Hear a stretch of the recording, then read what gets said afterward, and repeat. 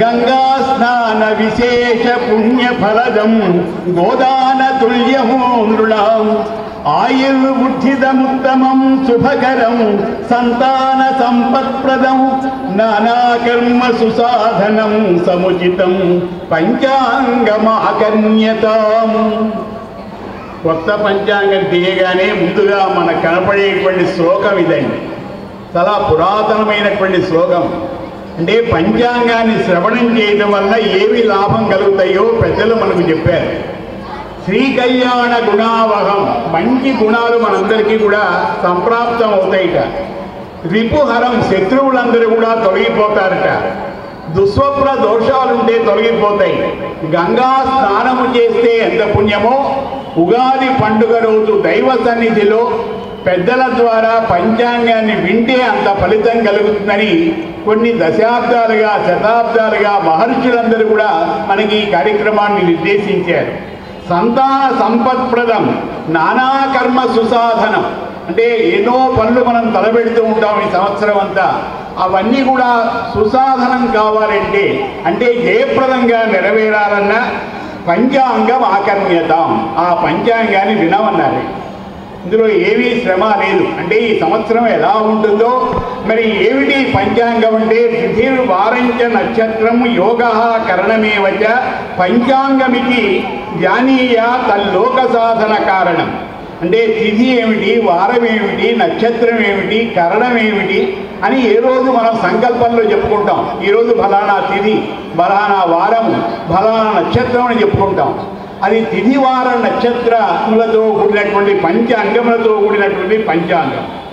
అందులో అమ్మవారి యొక్క సన్నిధిలో మనం వింటున్నాం. వాసవి కన్యకామాత, జై వాసవి అని 3 సార్లు గట్టిగా చెప్పండి. జై వాసవి మాత, జై వాసవి మాత, జై వాసవి మాత.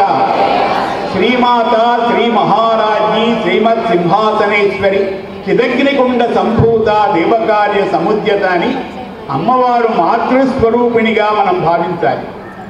అమ్మ దయ ఉంటే అన్నీ ఉన్నట్లే, అమ్మ దయ లేకపోతే ఏమీ లేనట్లే.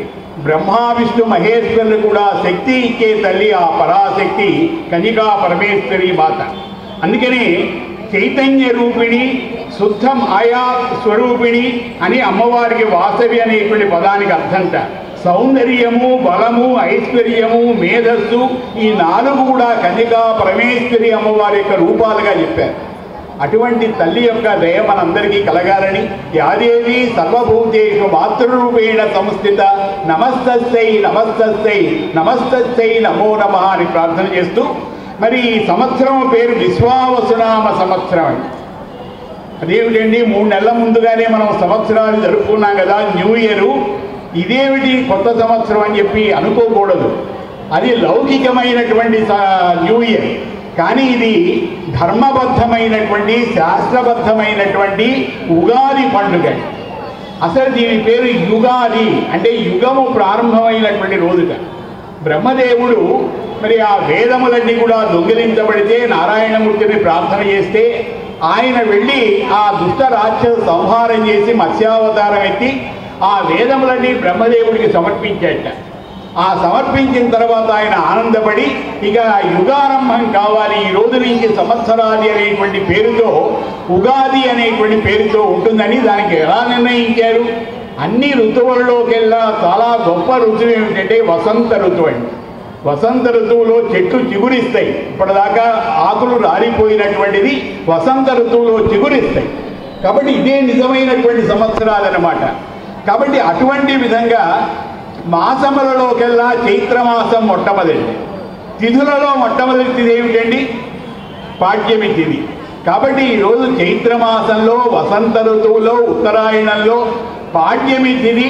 పైగా ఈరోజు వారం ఏమిటి? ఆదివారం.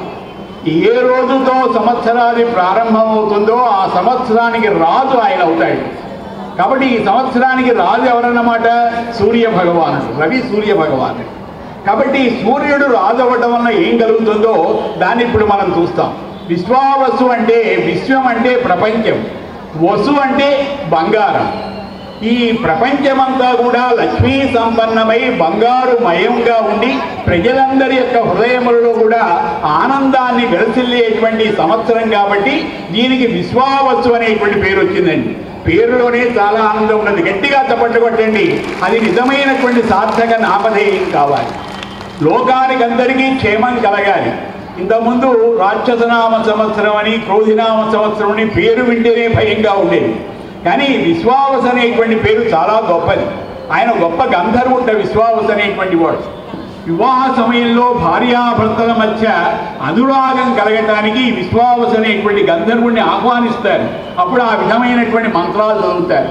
అలాగే ప్రజలలో కూడా ఒక రకమైన ప్రేమ అనురాగాలు పెరగటానికి ఈ సంవత్సరం ఎంతో ఉపకరిస్తుందిట. అటువంటి విశ్వావసునామ సంవత్సరంలో మనం ముఖ్యంగా విశ్వాసమైన ఫలితాలు పొందే అవకాశం కనబడుతున్నది. నవనాయకులలో పాపులకు ఆధిపత్యాలు. సంవత్సరం అంతా కూడా కొత్త ప్రభుత్వం ఏర్పడగానే రక్షణ శాఖ మంత్రి ఒకడు, మరి లేకపోతే కార్మిక శాఖ మంత్రి ఒకడని ఎలా ఏర్పాటు చేస్తారో ఈ సంవత్సరాది నుంచి కూడా నవనాయకులు ఈ లోకాన్ని పరిపాలిస్తారు. ఆ నవనాయకులలో 6 పాపులుగా ఉన్నారు, ముగ్గురు మాత్రమే పుణ్యాత్ములుగా ఉన్నారు ఈ సంవత్సరం.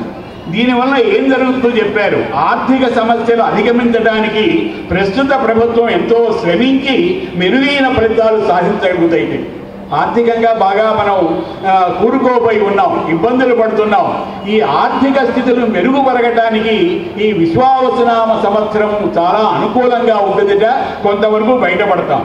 తర్వాత సరిహద్దులలో యుద్ధ వాతావరణం ఉన్న మన సైనికులు చాలా చాకచక్యంగా ప్రవర్తించి వారిని దూరంగా పంపించి మన దేశాన్ని రక్షించగలుగుతారు.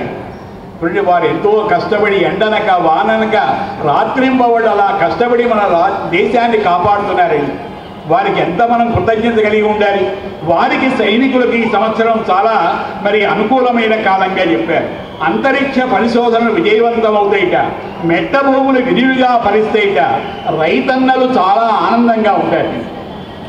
రైతు ఆనందంగా ఉంటే లోకమంతా ఆనందంగా ఉంటుంది. పాడి పంటలు ఇచ్చేవాడు రైతే కదా. కాబట్టి ఈ సంవత్సరం రైతన్నలకి చాలా అనుకూలమైన కాలంగా ఉన్నది. ప్రభుత్వం రైతన్నల సంక్షేమానికి కట్టుబడి గిట్టుబాటు ధరలు వచ్చే ప్రయత్నం చేస్తుందిట. మిర్చి, పొగాకు, ప్రత్తి, గోధుమలు, పసుపు, కంద, మినుములు, పెసలు, తృణధాన్యాలు దిగుబడి బాగుంటుంది. పాల ఉత్పత్తులు బాగా పెరుగుతాయి.